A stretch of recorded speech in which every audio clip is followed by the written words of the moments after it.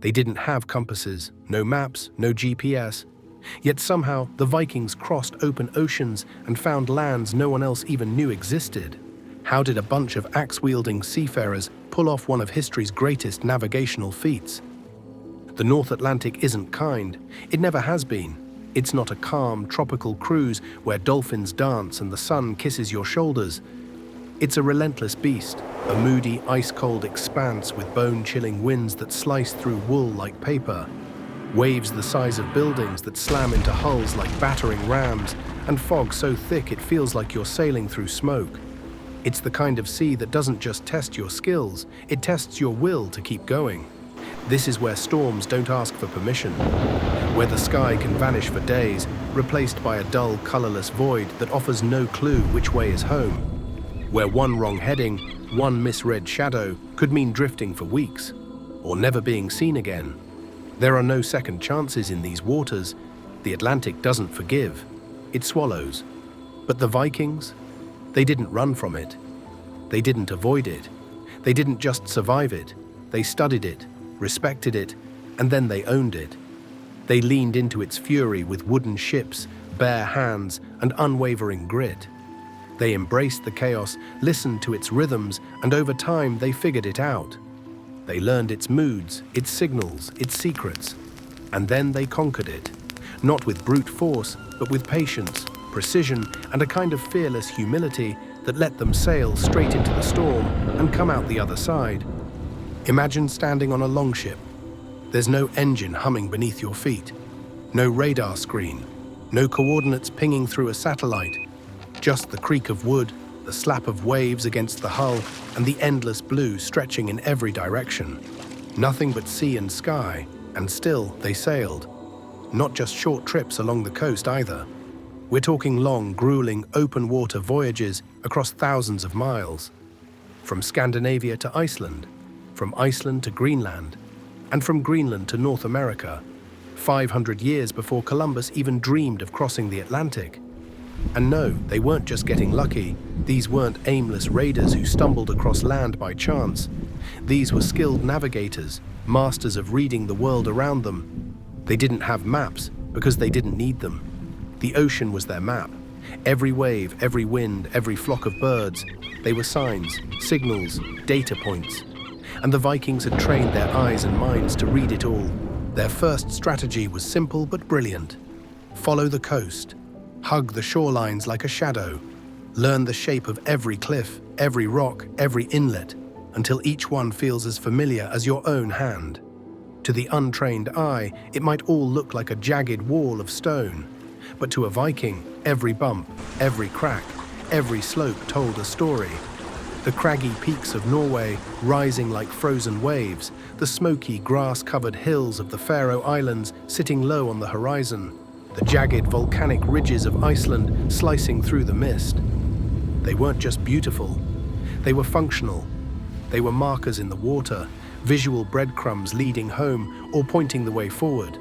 Each landmark was locked into memory through constant repetition, passed down orally like a sacred script. Sail until the cliffs turn black, then steer toward the hill, shaped like a crouching bear. These weren't vague impressions, they were precise, reliable guides etched into the navigator's mind by years of sailing the same coasts, again and again, in sun and fog and snow. The Vikings created a coastal language of stone and sea. And if you could speak it fluently, you didn't need a map. You just needed your eyes. But you can't get to Greenland by hugging the coast. Eventually, the cliffs and headlands vanish behind you, and all that's left is water, miles and miles of it. That's when you have to let go of the land, trust the open blue, and move forward into the unknown. And when that moment came, the Vikings didn't flinch. They didn't hesitate. They adjusted, smoothly, strategically. They shifted from landmark sailing to something even more impressive, latitude sailing. They figured out that if you kept the angle of the sun or the North Star steady in the sky, you could hold your course across vast, empty ocean. Like riding a path through the clouds drawn with invisible ink, they followed consistent latitudes, aligning themselves with the heavens above like it was the oldest map in the world. Think about that. No compasses, no sextants, no GPS coordinates. just the human eye, a memory sharpened by repetition, and a deep, intimate understanding of the natural world. During the day, they followed the sun's journey across the sky, noting the way its arc rose and fell with the seasons. At noon, when the sun stood highest, they could measure its elevation to check if they were drifting off course, too far north or too far south. Subtle shifts in the sun's height were enough to guide entire fleets. At night, they turned their gaze upward. The North Star became their anchor in the cosmos, unwavering and silent, always pointing to true north. While everything else moved in sweeping arcs across the sky, Polaris stayed steady, like a glowing nail pinned into the darkness. It was more than a light, it was a promise. A silent guide said, "You're still on the path," and the Vikings believed it, trusted it, because it never lied. To help with that, they carried tools, rudimentary, sure, but ingenious.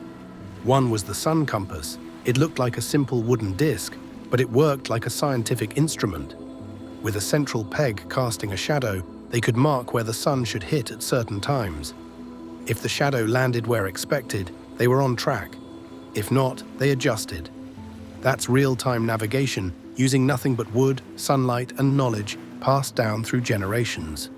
But the skies over the North Atlantic aren't always clear. What about cloudy days? Rain? Fog? That's where Viking lore gets even more incredible. Enter the sunstone, a crystal, likely Iceland's spar, that could detect the direction of the sun even when it was hidden. By rotating the stone until the light coming through it was evenly polarized, the navigator could pinpoint where the sun was hiding behind the clouds. It's like having X-ray vision for the sky. Science has confirmed that it works. And the Vikings figured it out 1,000 years ago. So let's say you're a Viking captain. The sky is gray. You're 100 miles from land. The crew is tense. You reach into your leather pouch, pull out a crystal, hold it to the sky, and twist it slowly. The light shifts. You find the angle. You now know where the sun is. You pick up your sun compass. The shadow matches your marks. You nod. North is still north. The ship stays on course, and everyone keeps rowing. But that moment, calm on the outside, instinctive on the inside, isn't just luck. It's the result of years, maybe decades, of lessons soaked into your bones. Because before you ever touched the steering oar or held a crystal to the sky, you were that wide-eyed boy standing at the back of the ship, watching everything. Watching the way the waves danced when the wind shifted. Watching how your elder squinted at the clouds, tilted his head, and muttered something about birds being early today. Back then, it was all a mystery. Now, it's second nature. Behind every course correction lies a library of spoken knowledge. Not written in ink, but passed from the mouths of grizzled sailors whose skin has felt every flavor of salt air. You remember how they spoke, not in numbers or coordinates, but in riddles that somehow always led you home. Sail past the whale's fin rock, follow the birds until you see the smoking mountain. As a boy, that sounded like mythology. As a captain, it's a precision map burned into your brain. You know that Whale's Fin is a jagged basalt stack off the coast of Iceland, and the Smoking Mountain is the first volcano that peaks above the clouds when you're near Greenland. You didn't learn this from scrolls. You learned it from standing on deck in sleet, listening harder than you ever thought you could. You learned it when the sky went dark and the stars disappeared, and your mentor didn't panic. He tasted the wind, listened to the waves, and pointed left. And it worked. Over time, you stopped doubting the metaphors. You started seeing them, feeling them. You didn't memorize maps. You became one. And now, when your crew glances at you for reassurance, they don't see the storm building behind your eyes. They see calm, confidence, direction. They see someone who understands the sea not as an enemy, but as a living guide. Because to be a Viking navigator isn't just to know the path, it's to sense it. To trust that the birds know when land is near, that the smell of the air changes a day before the coastline appears, that the waves whisper when you're close to something hidden. So when the fog sets in, and the wind drops, and the sea turns quiet in that eerie, heavy way that makes even the bravest men shift uncomfortably, you don't panic. You listen. You breathe. You pull out the sunstone, and once again, the sea tells you everything you need to know. This wasn't just sailing. This was choreography.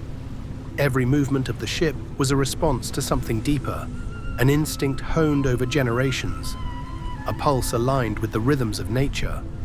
The sun didn't just shine, it marked the hours. The waves didn't just crash, they revealed depth, direction, even danger. This was muscle memory, ancestral memory, and raw intuition all working in perfect harmony to guide a hand-built wooden vessel across one of the most brutal and unpredictable stretches of ocean on the planet. It was survival woven into art. And the proof? They made it. Not once, not barely, repeatedly, to Iceland, to Greenland, and eventually to Vinland.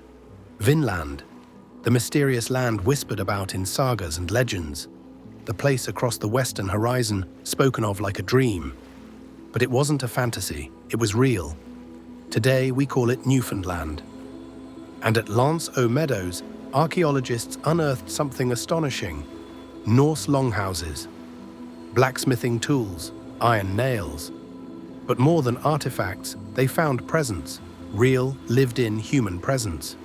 The kind that doesn't happen by accident, the kind that says, "We didn't just wash up here, we meant to come." That journey wasn't some drunken raid that blew off course. It was intentional, calculated, a product of deep disciplined knowledge about tides, seasons, sun positions, bird migrations, and the subtle language of waves. It was the culmination of everything they had learned from the sea, pushed to its very limit, and then just a little further. And the most mind-blowing part? Even today, when modern adventurers set out to retrace the Viking voyages without GPS, without motors, using only the same tools and techniques, sunstones, shadowboards, stars, they make it. They reach the same coasts. They prove that it works. That Viking navigation wasn't a historical fluke. It was a functional system. One based not on technology, but on human awareness dialed all the way up. So maybe the real magic of the Vikings wasn't in their swords, or their longships, or their fearsome beards. Maybe it was their minds, their radical trust in nature, their willingness to partner with the world instead of trying to overpower it. They didn't wait for perfect conditions, they read the mess and moved forward anyway. They didn't cower from the unknown, they chased it like it owed them something. And because of that, they arrived before anyone else even knew there was a place to arrive at. If you found yourself amazed by how the Vikings managed to navigate the wild, unpredictable seas with nothing but nature and their own wits, give this video a like. Subscribe to the channel for more fascinating stories of ancient brilliance, forgotten knowledge, and the minds that changed history without ever needing a satellite signal.